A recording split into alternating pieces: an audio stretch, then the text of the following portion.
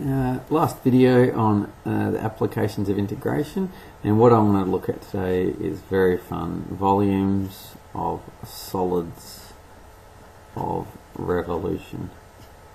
In other words, what's the volume of something, that a solid that's been created by just rotating something around? And I'll sort of explain what I mean. So if you have some function, let's just say something like that. Sorry, my functions always look the same. That's alright. Between A and B. So you take this. So what you do is you take this area here of this function f of x. And if you can imagine, it's as hard on this thing, but if you take that and rotate that around the x-axis, so that's the x-axis, if you can imagine that being rotated around the x-axis, then you make this three-dimensional shape. And I'll try to sort of draw what it will look like. It will sort of look like this, and it will sort of go in and sort of go out like that. It's pretty bad, but so what you can see is that that is being rotated. In other words, this is your function here. That's sort of your function, and this is the x-axis. So if that's the green is the x-axis there. The green axis will be sort of straight. Well, that's terrible. Will be straight down the center of that. It's even worse. Let me go from the bottom, might help. Not that much better. So what's happened is that red area there, that's that sort of shaded in part like that, and it's been rotated around. And so you end up with this three-dimensional shape. The volume of one of these shapes, if you figure it out, and I've showed this in class, but it's pi out the front from A to B of f of x squared dx. And this is equivalent to the sum of all the pi r squareds. But that's the formula. So if you've got a function of x, if it's rotated around the x-axis, then you'll get that. And in particular, these points here, they're the x points. So I'll just squeeze that in. X is equal to A and x is equal to B. In other words, the x-axis points in there. Okay. Similarly, if you have something that's rotated around the y-axis, so you've got some function like this. Again, I'm trying to do the green. It's just not happening for me. Something like that, and it's rotated around. If we rotate that around the y-axis between the point A and B, in other words, spin it around that way to create a shape, and that shape would look like pretty bad. Something like that. If we spun that around with your sort of radius like that and that, that's the sort of so that if we did that, the volume would be equal to, and in this case we would need to know x as a function of y. Okay, so again we need to know the inverse of that function. So x as a function of y. Here we had y as a function of x. Here we'd need x as a function of y, and so that would be equal to pi, the integral from y equals a, because we want to know the y values, from y equals b, of f of y dy. Oops, f of y squared. And so they're the two formula, depending on whether you're working with going around the x-axis or the y-axis. Okay, so that's the y. That's rotated around the y-axis. Okay, let's go straight to some examples and have a bit of a play. So let's just go into it. Let's rotate y. I'll just do some really easy examples because I just want you to see the mechanics. You can do the more difficult ones. You can see those in class. Rotate y equals x around the x-axis.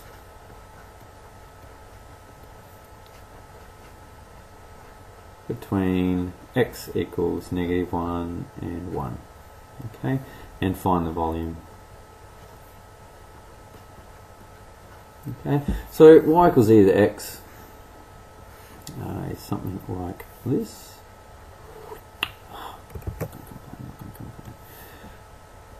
Like that, crosses at 1 there, and what we want is the area between -1 and 1, so this area in here. And what we're going to do is rotate that around the x-axis, so it's going to sort of get spun around the x-axis. That's going to make sort of like a horn shape or something like that. Okay, so let's do this. So the volume will be equal to pi, never forget the pi, it'll ruin you, between -1 and 1. And what we want is the function e of x, that's our function, but we're going to square that function, dx. And there's your volume right there. At this point you could enter it in your calculator, get an answer, and you're finished. Or do it by hand, because you need to know how to do it by hand as well. I'll just rewrite that, -1 to 1. This is e to the 2x dx equals, right, we'll leave the pi at the front and we'll integrate.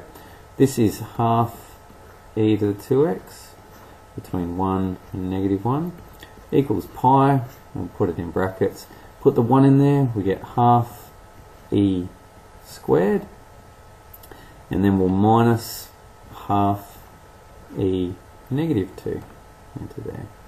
And basically that's our answer there. It doesn't get much nicer than that. Can we simplify that? Not really. I might just go pi, half pi on 2, bracket e squared minus e to the -2. Doesn't get much nicer than that. There you go. There's the volume, and it's units cubed, like that. You can chuck it in your calculator and find the approximate value for that, but the exact doesn't get much better than that. So there's the volume of that that trumpet, that horn sort of shape. If that's rotated around, your volume will be equal to that. Cool. Let's check out something else. Let's do a rotation around the y-axis. Have a look at that. What if we rotate y equals cos -1x around the y-axis? Let's do the whole lot of it because it's an interesting shape. Between y is equal to -pi on 2 and y is equal to pi on 2. Okay, so cos -1x function is a good one. Oh, that's pretty good. That's not a bad start to the day. Okay, right. So what does this look like? I'll just quickly put, oh, what am I doing? It's not pi on 2 at all. You're probably thinking, what is he doing? -1, and there's -pi on 2 there. And what am I doing? You're probably yelling out over your computers, you're drawing it wrong, you idiots. Okay, so let me start again. Cos -1 looks like this. Going up to, and I'm going to change these values up here too. I thought I was going so well. Between 0 and pi. Let's have a look at this, what happens when we rotate this around. So that is pi on 2. That is pi. There's 1, there's -1. Okay, so we want it between y is equal to 0 and y is equal to pi. What will that look like if you rotate that? So if you get that area, and that area there, and you sort of, that gets rotated around, and that gets rotated around. Now what you end up with is like this hourglass shape, if you can sort of imagine it. Sort of, that gets rotated, that gets rotated, and you sort of get this cool sort of 3D hourglass shape, which is pretty cool. So anyway, let's calculate the volume of this guy. The formula is the volume is equal to pi from a to b.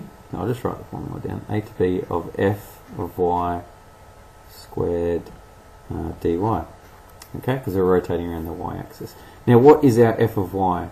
Well, at the moment we know y is a function of x, and so we need to convert that. So we know y equals cos -1x. We need to rearrange this for x. So therefore, x is equal to cos y. That is our function of y. So therefore, volume is equal to pi between, what are our y values? Between 0 and pi of our function of y, which is cos y, but that is squared dy. Okay, so that's our volume. Should I do this?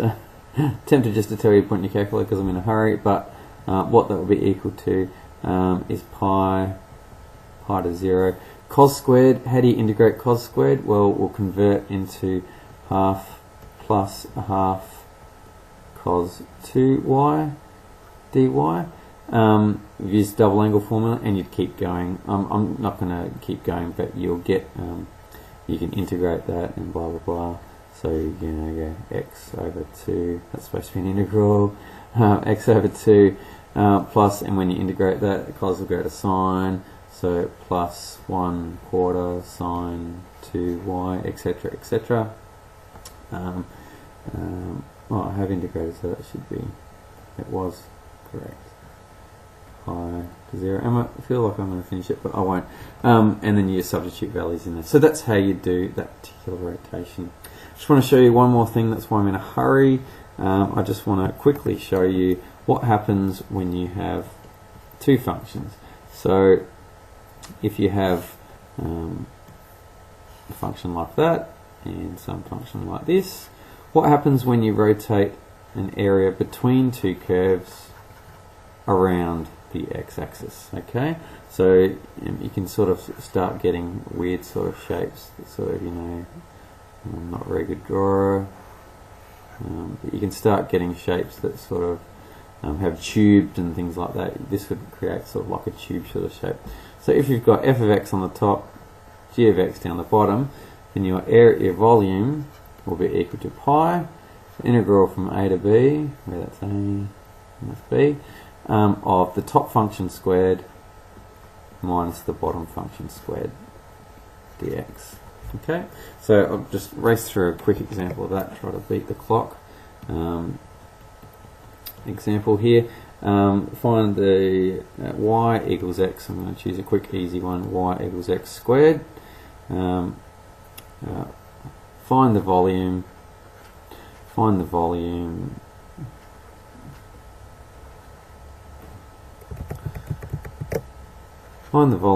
when the area between